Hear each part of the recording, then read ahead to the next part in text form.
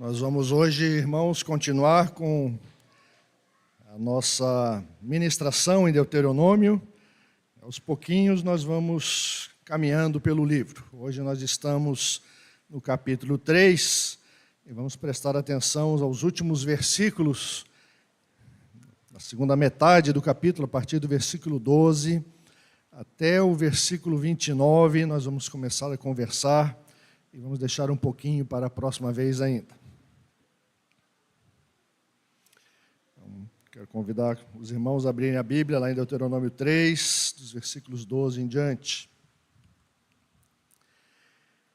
Esse texto, de Deuteronômio, ele já está quase no final do primeiro discurso. Nós ainda estamos no primeiro discurso que Moisés faz aqui em Deuteronômio, que vai terminar ali no capítulo 4. Se você virar a sua folha da sua Bíblia, logo depois você vai ver, Almeida geralmente indica o início do segundo discurso de Moisés ali no final do capítulo 4. Mas nós estamos ainda trabalhando aqui o primeiro discurso. E esse primeiro discurso ele apresenta aí nesse trecho dos versículos 12 em diante os preparativos finais para a conquista de Canaã. Moisés então faz ali uma concessão daquelas terras conquistadas. No nosso último momento de estudo desse livro, nós vimos lá as guerras feitas contra o rei Og e o rei Seom, no final do capítulo 2 e o começo do capítulo 3 aqui de Deuteronômio. E agora Moisés vai então dividir essas terras e deixar essas terras aí para algumas tribos. Já vamos ver o que ele faz. Ele também vai fazer uma exortação a essas tribos, depois vai fazer uma exortação a Josué e também vai fazer uma oração no final do capítulo. Então, a nossa pergunta, sempre que a gente lê esses textos de Deuteronômio, continua sendo essa, uma pergunta muito natural de qualquer pessoa que lê o Antigo Testamento. O que essas experiências do Israel antigo têm a ver comigo? Como essas experiências podem nos ajudar a viver bem com Deus hoje? E esse é o nosso objetivo hoje, de estudarmos esses textos e aprendermos algumas coisas com o povo de Israel, com o povo de Deus do passado. E para isso eu quero começar, sendo um pouquinho mais aqui, talvez didático, um pouquinho mais estudioso, antes da gente já passar para uma parte mais de aplicação. Eu quero mostrar para vocês que essa sessão ela se divide em 4 partes. E se você perceber, há uma repetição da palavra, da expressão nesse tempo. Ela está lá no versículo 12, está lá no versículo 18, quando Moisés fala lá nesse mesmo tempo. Depois lá no versículo 21, ele fala também nesse tempo, e depois no versículo 23 ele vai repetir nesse tempo. Essa palavrinha, essa expressão-chave, mostra que são 4 momentos diferentes que nós estamos acompanhando nesse texto. A ação principal de Moisés também é diferente nesses 4 pequenos pedaços. No primeiro pedaço, ele fala que ele deu alguma coisa.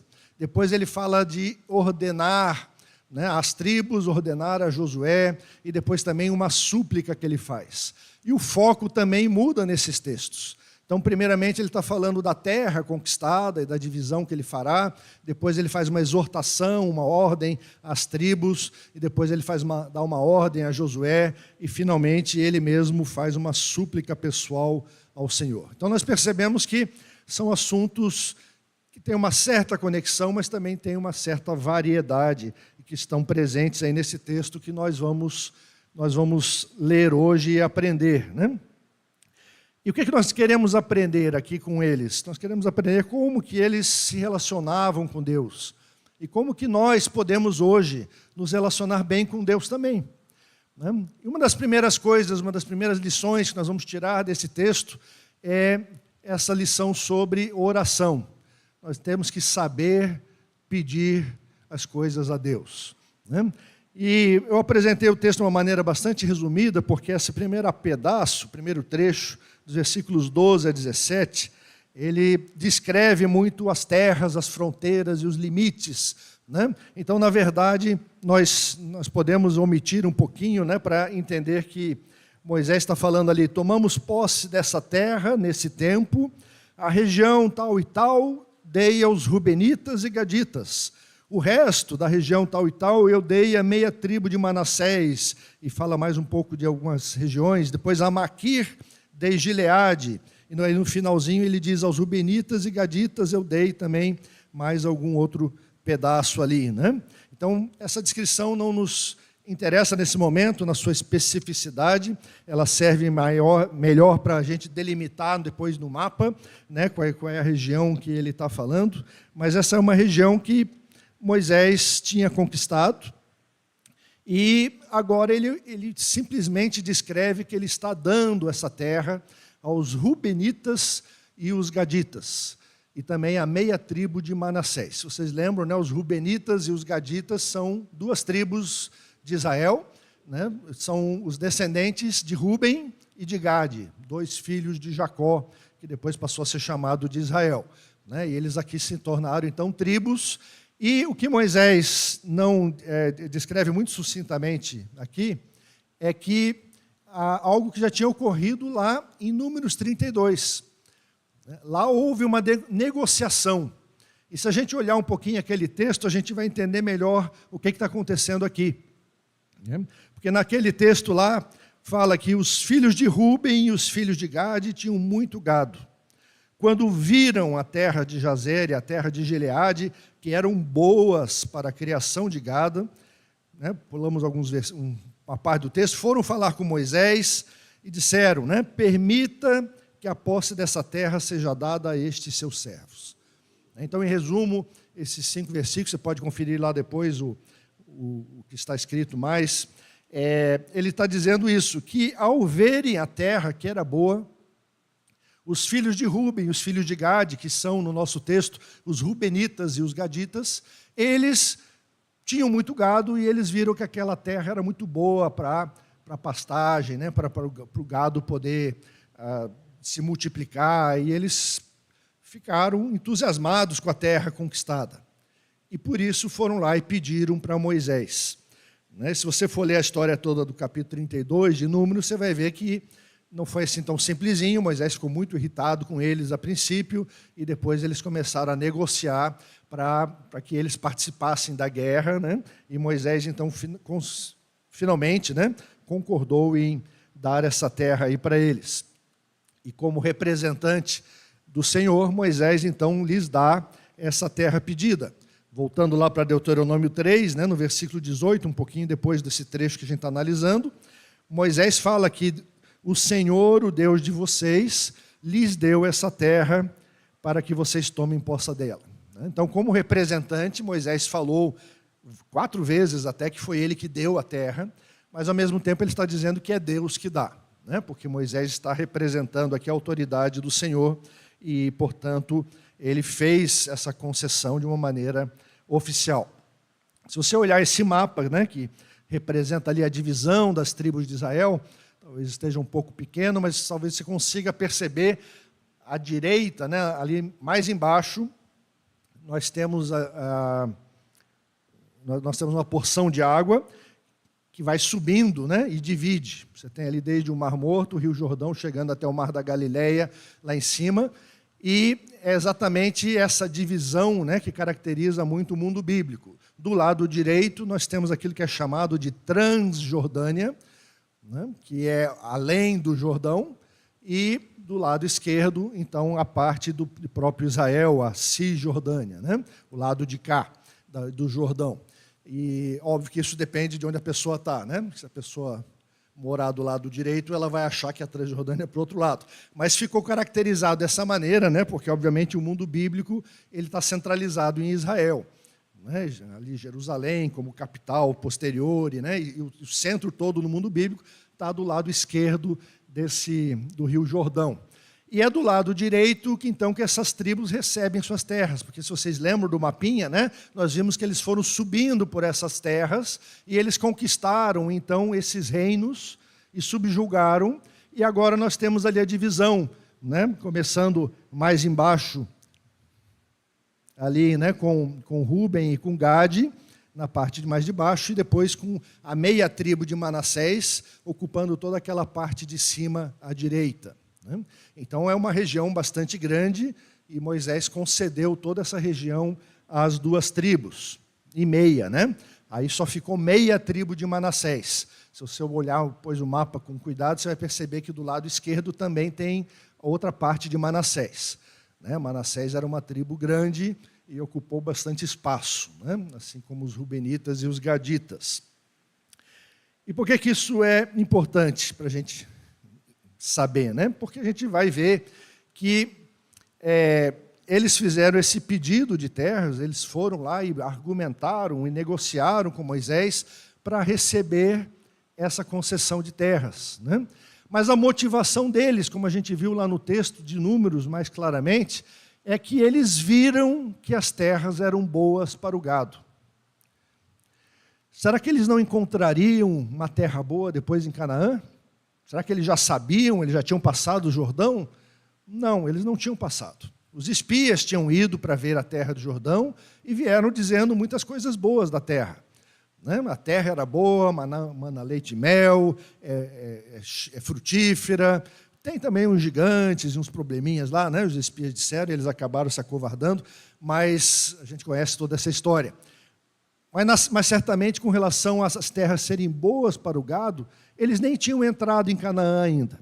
Mas eles viram que essas terras que estavam à disposição agora eram boas.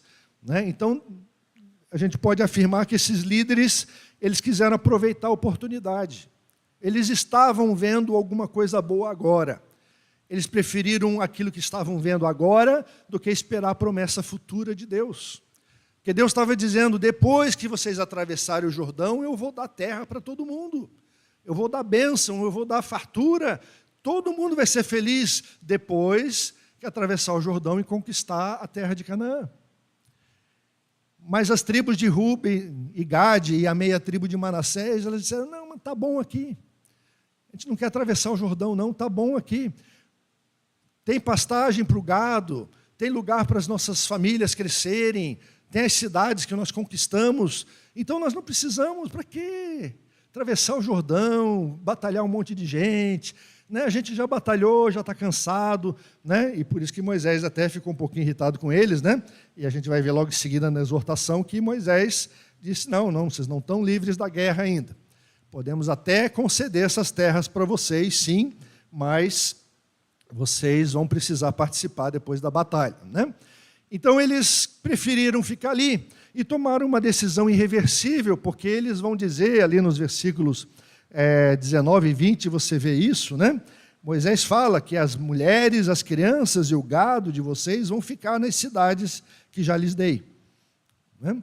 Então, ao fazer a exortação para essas tribos de Ruben, Gade e a meia de Manassés, Moisés diz, vocês pediram e as famílias de vocês já vão ficar aqui. Mas, ao mesmo tempo que isso foi bom para eles, porque puderam lutar com mais tranquilidade, também foi algo ruim. Por quê? Porque isso fez com que a decisão deles se tornasse irreversível. Né?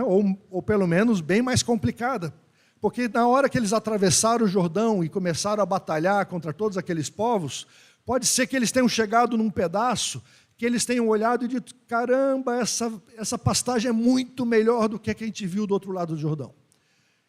Olha só o que nós perdemos, isso aqui estava muito bom, eu queria pegar um pedaço dessa parte e morar aqui. Mas as famílias já estão lá. Já se passaram semanas, passaram meses, as famílias foram estabelecidas lá antes do Jordão. Eles tomaram uma decisão. E às vezes a gente toma decisões que vão nos afetar por muito tempo, talvez até a vida toda. Então eles tomaram uma decisão baseado naquilo que eles estavam vendo e decidiram que aquilo que eles estavam vendo era mais importante do que esperar por aquilo que Deus ia trazer. E isso realmente é algo para nós pensarmos, por quê? Porque mais tarde isso na própria vida dessas tribos vai trazer conflito. Depois você pode consultar o texto lá de Josué 22, que você vai ver que quase deu uma guerra civil em Israel, porque eles resolveram construir um altar memorial para poder lembrar que eles faziam parte de Israel e de tudo aquilo que Deus tinha abençoado na vida deles. E os outros israelitas ficaram muito bravos, muito irritados, porque entenderam que eles estavam querendo fazer um altar para adorar a Deus de maneira separada. Então, quase deu ali um quiprocó, né? E uma briga tremenda entre eles, que finalmente foi resolvida depois de alguns esclarecimentos. E não somente isso, né? Também depois, um pouco mais tarde, lá no tempo de Juízes, nós vemos que quando a Débora, a profetisa e juíza, chamou as tribos todas para lutarem contra o inimigo, também as tribos de Ruben e de Gade e algumas outras tribos de Israel, elas não se mexeram, elas não se aliaram na guerra, né? E lá no cântico da Débora, ela reclama, olha, por que vocês ficaram aí cuidando do gado de vocês, tocando flauta e cantando música? Era tempo de guerra, era tempo de vir lutar conosco, né? Mas eles não se mexeram. Esse distanciamento geográfico acabou gerando também um distanciamento social, né, das batalhas que o povo lutou. Finalmente, ainda essa decisão deles ficarem do lado direito gerou muito mais vulnerabilidade. Eles estavam mais à disposição, né? Era uma região mais fácil de serem atacados por vários outros povos. E, de fato, se você for conferir lá no texto 1 Crônicas 5, né, eles acabaram se amoldando mais fácil também à idolatria dos povos ao redor, e fala ali que eles foram levados pelos assírios uns 10 anos antes do que os outros israelitas. Os assírios passaram por ali e já levaram para o cativeiro essas 2,5 tribos, antes mesmo de terem conquistado o restante do reino. Então, eles ganharam aí uma herança antecipada antes dos outros, mas também perderam antes dos outros. Deus fez aí uma correspondência, e por causa do pecado deles, Ele permitiu que eles fossem levados. Qual a lição que nós podemos tirar disso? A principal lição é essa, irmãos, que às vezes Deus nos concede aquilo que nós pedimos. Nós insistimos em oração, nós clamamos, nós jejuamos, nós nos debruçamos na presença de Deus, e Deus dá. Mas às vezes isso gera complicações futuras, porque nós não sabemos como orar, né? Diz Paulo, nós não sabemos o que pedir. Nós temos que aprender a pedir as coisas de acordo com a vontade de Deus. Nós temos que ter sabedoria ao pedir, ao fazer os nossos pedidos, né, em oração. E nós temos que aprender, então, a estudar a Bíblia e entender a vontade de Deus para que nós possamos orar de acordo com a vontade de Deus, né? Esse texto de Mateus 6 está lá no meio da oração do Pai Nosso, você certamente o conhece bem, né? Seja feita a tua vontade, assim na terra como no céu. Nós temos que tornar essa a nossa oração, por isso Jesus nos ensinou, não para que nós apenas a repetíssemos mecanicamente, mas para que nós entendêssemos esse princípio. O próprio Jesus, lá no capítulo 26 de Mateus, você encontra esses textos, no momento da sua maior agonia, lá no Getsemane, ele orou, mas ele disse, Deus, né, se possível, passa de mim esse cálice, mas seja feita a tua vontade. Mesmo no momento de maior agonia, Jesus se entregou à vontade de Deus. E nós temos que aprender a orar e pedir e clamar, mas nós temos que dizer, Deus, mas seja feita a tua vontade. Porque a gente não quer as coisas que estão fora da vontade de Deus, porque às vezes Deus nos concede e dá errado, né? Porque a vontade de Deus ela é específica para algumas coisas, mas ela também é abrangente. E às vezes Deus pode nos permitir caminhar e nos conceder algumas coisas que pedimos, porque vai fazer tudo parte do seu maravilhoso plano para nós. Mas muitas vezes isso aí tem consequências, né? Então, em primeiro lugar, nesse texto, eu quero que os irmãos aprendam, né, a orar. Aprendam a orar corretamente. E eu quero dizer para vocês, irmãos, tem muitos irmãos aí orando só com uma mão para Deus. Orando só com a mão direita. Estão dizendo, Deus, me concede tal e tal coisa. Deus me abençoa. Deus, eu quero ser próspero. E eles levantam só uma mão para Deus. Não é bem a postura física que está errada, né? Mas é a motivação com que isso acontece. Mas aqueles que acompanharam, né, o nosso estudo de Salmos na escola dominical no semestre passado, sabem que as nossas orações elas precisam ser feitas com as duas mãos. Né? Por quê? O que a outra mão representa? Alguém lembra? Os Salmos, né, os 5 livros dos Salmos, eles são as nossas orações a Deus.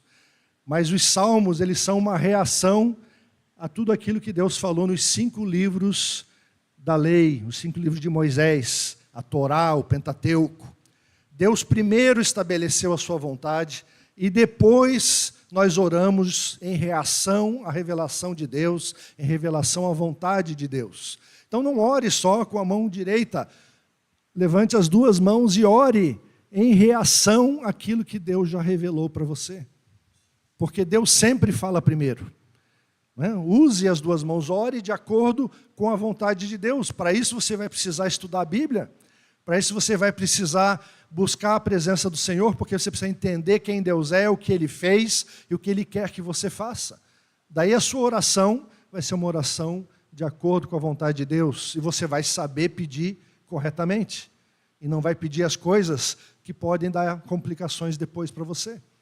Então, em primeiro lugar, aprenda a pedir, aprenda a orar na presença de Deus. Mas eu queria continuar com o texto, né? E logo em seguida, Moisés começa a falar ali nos versículos 18 a 19 de Deuteronômio.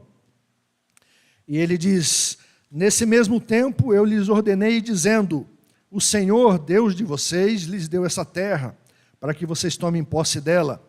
Todos os homens valentes, armados, devem passar adiante dos seus irmãos, os filhos de Israel.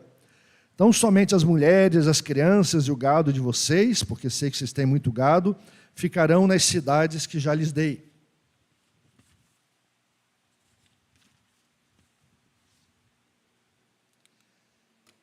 Continuando o texto, vocês deverão lutar até que o Senhor dê descanso a seus irmãos, como deu a vocês, para que eles também ocupem a terra que o Senhor, o Deus de vocês, está dando a eles do outro lado do Jordão. Depois vocês poderão voltar, cada um à propriedade que lhe dei. Então esse texto muito simples, né, de 3 versículos, é uma exortação que resume também aquela negociação que Moisés tinha feito, já lá no capítulo 32 de Números, com essas tribos. Ele diz, tá bom, eu vou dar para vocês essas terras, mas vocês têm que lutar. E não apenas têm que lutar, como Moisés falou ali claramente, né? Eles têm que ir adiante, têm que ir na frente. Então o preço de ter ganho antecipadamente a sua herança foi de que eles iam ser a vanguarda, né? Eles iam ser a força que entrava primeiro na guerra. Geralmente quem está na guerra não quer ser o primeiro, né? Porque geralmente vai sofrer mais baixas e levar a uma perda maior, vai sofrer uma perda maior contra o inimigo. Mas é assim que Moisés, então, combina com eles e eles passam, então, a lutar adiante dos irmãos. Por quê? Porque o princípio aqui que Moisés tenta estabelecer, quando ele fala ali no versículo 20, que Deus lhes deu descanso, e eles devem agora, então, lutar junto com os outros irmãos para que eles também alcancem o descanso que Deus prometeu.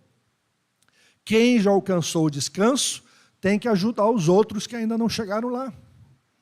Esse é o princípio importante para a gente aprender aqui. E, de fato, isso também vale para os não crentes. Porque a nossa missão é levar todos os seres humanos ao descanso de Deus. É interessante que a gente nem percebe isso por causa da nossa tradução, como ela fala lá em Gênesis 2, mas quando diz lá que Deus pegou Adão e o estabeleceu no jardim, ele está usando a mesma palavra, descanso. E Deus descansou Adão no jardim. Deus deu descanso para Adão. Adão não ia ficar sem fazer nada. Adão teve que começar a nomear os animais, ele tinha que cuidar do jardim, cultivar o jardim, trabalhar. O descanso de Deus é produtivo. Mas era descanso. E Deus quer que todos os seres humanos alcancem esse descanso, de viver na sua presença.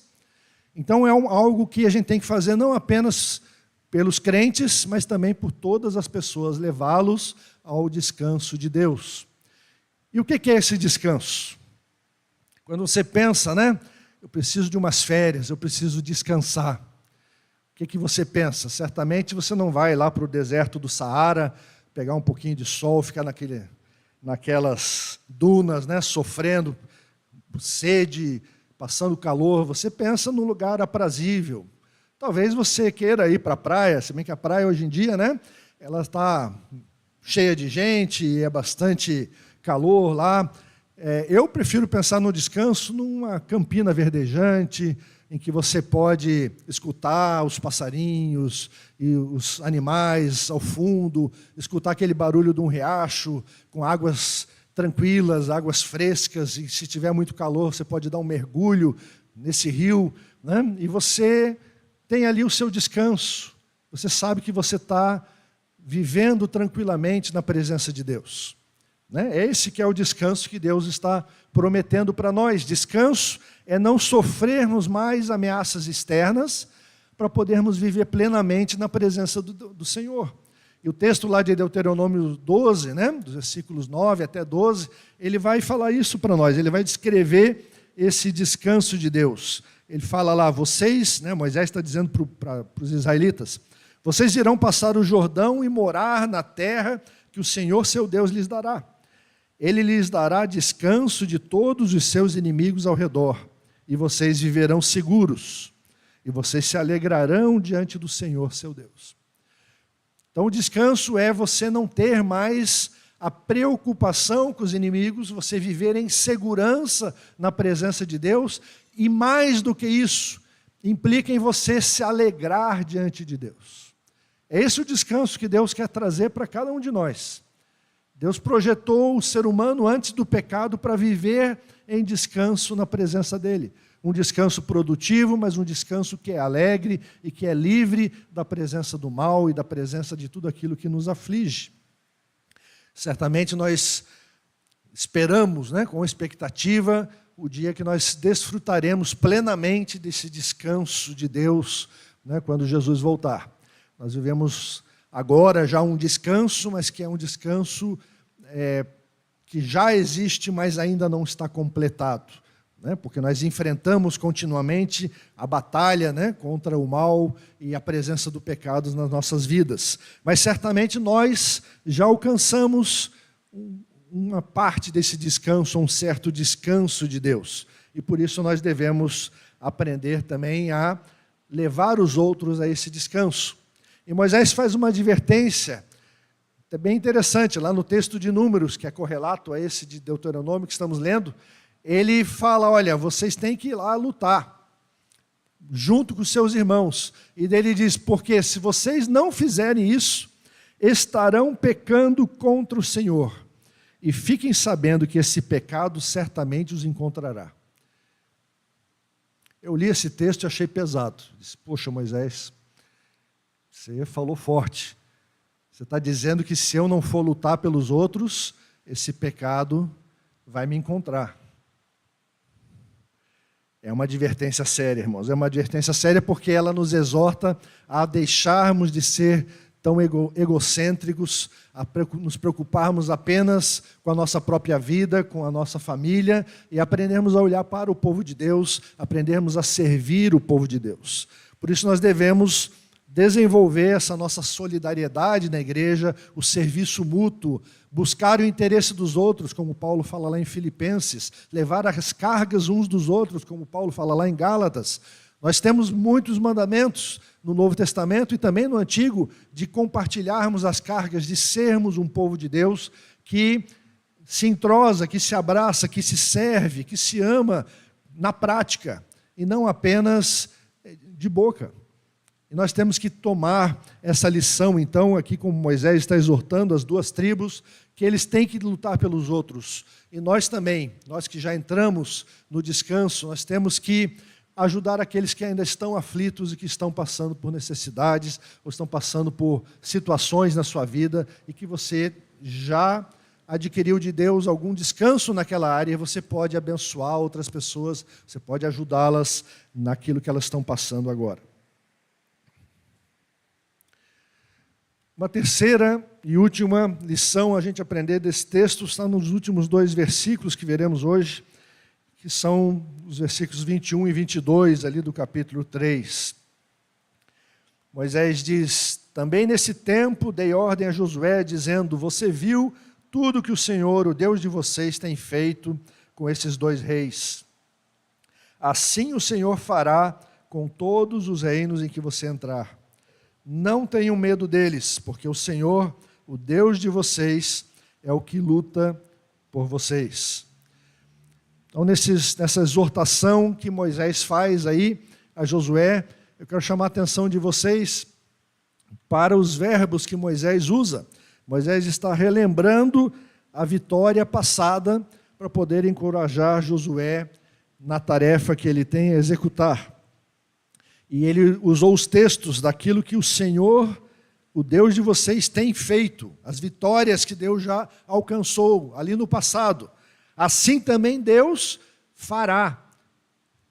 O futuro do nosso relacionamento com Deus é bem concretizado, é bem baseado naquilo que Deus já fez por nós. E o que Deus começou a fazer por nós começa lá na Bíblia, lá em Gênesis. E Deus tem feito por nós desde lá até aqui. E quando você se apega a essas promessas, essas realidades, as coisas que a Bíblia descreve, você aprende que Deus tem feito coisas gloriosas. E, portanto, Ele certamente fará com todas as aflições, com todas as guerras, todas as batalhas que nós enfrentarmos. Porque, como Moisés termina dizendo, é o Senhor que luta conosco. Ele está junto conosco, lutando contra o inimigo. Não é algo só para o futuro, mas é presente. Deus continua presente, atuando na nossa vida, vivendo conosco. E nós com Ele. Então nós precisamos aprender a anunciar o que Deus já fez, a expressar a nossa gratidão, como já fizemos aqui em alguns momentos na igreja, por aquilo que Deus fez no passado. Isso precisa estar no nosso coração e na nossa boca. Nós precisamos aprender a expressar gratidão a Deus por tudo aquilo que Ele já fez. É importante registrarmos esses fatos e os declararmos, porque isso vai mexer no nosso coração. Isso vai gerar em nós a confiança de que Deus também vai nos ajudar no futuro. Então nós devemos aprender a agradecer a Deus, não somente para expressar gratidão a Deus, mas porque isso é importante para nós. Porque ao expressar gratidão a Deus, nós vamos nos lembrando e nos convencendo de que Deus é fiel e que Deus vai continuar agindo na nossa vida. Nós precisamos desenvolver essa confiança, nós precisamos aprender a agradecer e confiar em Deus. Então, irmãos, esses são 3 aspectos aí desse texto, 3 lições que nós podemos tirar daquilo que Israel estava vivendo naquele momento e que nós podemos usar, então, para aplicar na nossa vida. Então, primeira lição, saiba pedir. Pelo que você tem orado? Quais são as suas motivações para orar a Deus? Você se conforma à vontade de Deus quando você ora? Faça essa análise, pense, medite, para que você cresça na sua oração. Lute pelos outros, lute com a intercessão na oração, lute servindo aos irmãos, busque intencionalmente ajudar os outros. Interesse-se pela vida das pessoas que estão ao seu redor, que estão hoje aqui fisicamente ao seu redor, que estão durante a semana no seu trabalho, na sua vida, na sua família, para que elas também encontrem esse descanso de Deus. E, finalmente, agradeça e confie. Reconheça o que Deus já fez e fortaleça a sua fé nele quanto ao futuro. Essa, irmãos, é a mensagem de Deus para nós hoje, mensagem que quero deixar com os irmãos.